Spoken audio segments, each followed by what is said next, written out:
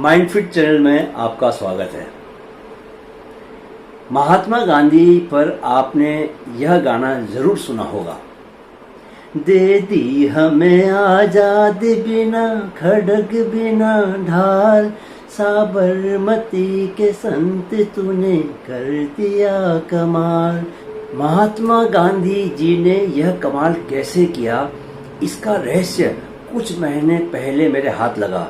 असल में मुझे उनका एक भाषण सुनने को मिला जो उन्होंने अक्टूबर 1931 में लंदन में दिया था। और वो भाषण सुनने के बाद मैं अचानक चौंक पड़ा, क्योंकि मैंने महात्मा गांधी के व्यक्तित्व के कई पहलुओं के बारे में किताबों में पढ़ा था, किंतु मुझे उनकी स्पिरिचुअलिटी यानी उनकी आध्यात्मिकता के बारे में उतना ज्ञान नहीं था। उस भाषण को सुनने के बाद मुझे समझ में आया कि आध्यात्मिक रूप से और ईश्वर की सत्ता को समझने के मामले में महात्मा गांधी कितना आगे पहुंच चुके थे। लगभग वे सत्य को उन्होंने छू ही लिया था।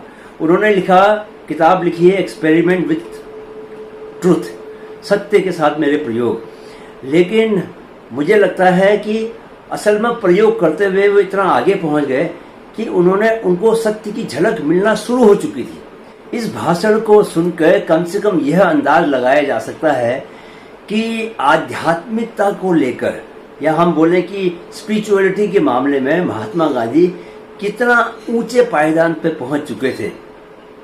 तो ये भाषण मुझे तब जब मैंने इसको सुना था तभी मेरे ये मन में आया था कि मैं इसे आप लोगों को भी जरूर सुनाऊंगा। तो आज ये अवसर बना है जबकि मैं इस भाषण को हूबहू आपको सुना रहा हूँ।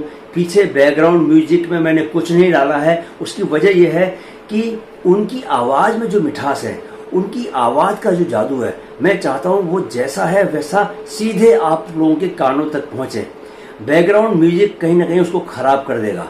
तो ये लगभग 6 मिनट का ये भाषण है। इसे बहुत गौर से सुनिए, कंटेंट पे ध्यान दीजिए कि महात्मा गांधी जी कह क्या रहे हैं। ईश्वर की सत्ता को लेकर, ईश्वर के होने को लेकर, ईश्वर के अस्तित्व को लेकर और आध्यात्मिकता को लेकर वो जो बातें कर रहे हैं, मुझे लगता है कि बिना एक्सपेरिमेंट किए, बिना उस चीज को अनुभूत किए, बिना एक्सपीरियंस किए इस तरह की बातें नहीं कही जा सकती। एक बात इससे पहले कि भाषण शुरू में आप लोगों को और कहना चाहता हूं कि आध्यात्मिकता को लेकर लोगों के मन में बड़ा डर है। खासकर जो लोग गृहस्थ जीवन जी रहे हैं, जो बहुत मायनों में सांसारिक हैं, उन्हें क्या डर लगता है कि अगर वो आध्यात्मिकता की लाइन पे आगे बढ़े तो वो संसार के जो सुख हैं उन्हें वो खो देंगे। कृपया इस बात को दिमाग से निकालिए। बहुत सारे लोग ऐसे हैं जिन्होंने गृहस्थ जीवन जीते हुए, एक गृहस्थ का जीवन जीते हुए आध्यात्मिकता की राह पर बहुत ऊंची ऊंची मंजिलें पाई हैं।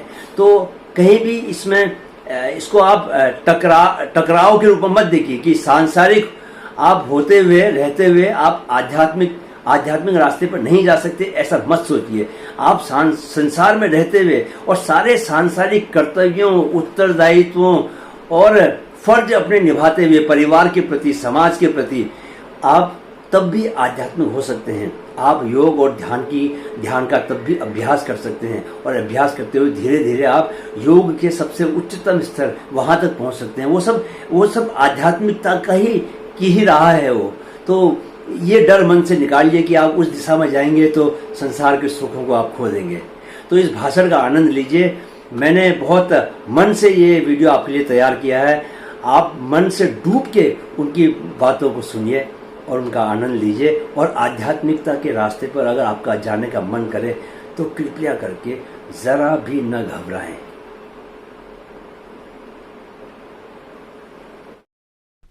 There is an indefinable, mysterious power that pervades everything. I feel it, though I do not see it.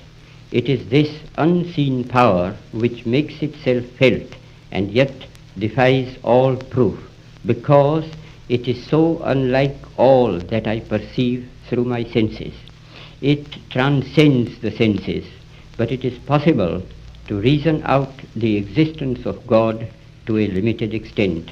Even in ordinary affairs, we know that people do not know who rules or why and how he rules, and yet they know that there is a power that certainly rules.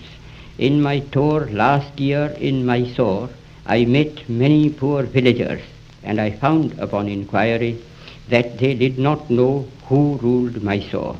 They simply said some god ruled it. If the knowledge of these poor people was so limited about their ruler, I, who am infinitely lesser in respect to God than they to their ruler, need not be surprised if I do not realize the presence of God, the King of Kings. Nevertheless, I do feel, as the poor villagers felt about Mysore, that there is orderliness in the universe. There is an unalterable law governing everything and every being that exists or lives. It is not a blind law, for no blind law can govern the conduct of living beings. And thanks to the marvelous researches of Sir J.C. Bose, it can now be proved that even matter is life. That law, then, which governs all life is God. Law and the lawgiver are one. I may not deny the law or the lawgiver because I know so little about it or him. Just as my denial or ignorance of the existence of an earthly power will avail me nothing, even so my denial of God and his law will not liberate me from its operation, whereas humble and mute acceptance of divine authority makes life's journey easier, even as the acceptance of earthly rule makes life under it easier. I do dimly perceive that whilst everything around me is ever changing, ever dying, there is underlying all that change a living power that is changeless, that holds all together, that creates, dissolves, and recreates. That informing power or spirit is God, and since nothing else that I see merely through the senses can or will persist, he alone is. And is this power benevolent or malevolent? I see it as purely benevolent, for I can see that in the midst of death, life persists. In the midst of untruth, truth persists. In the midst of darkness, light persists. Hence I gather that God is life, truth, light. He is love. He is the supreme good. But he is no God who merely satisfies the intellect, if he ever does. God, to be God, must rule the heart and transform it.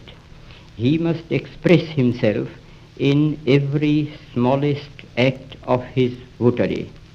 This can only be done through a definite realization, more real than the five senses can ever produce.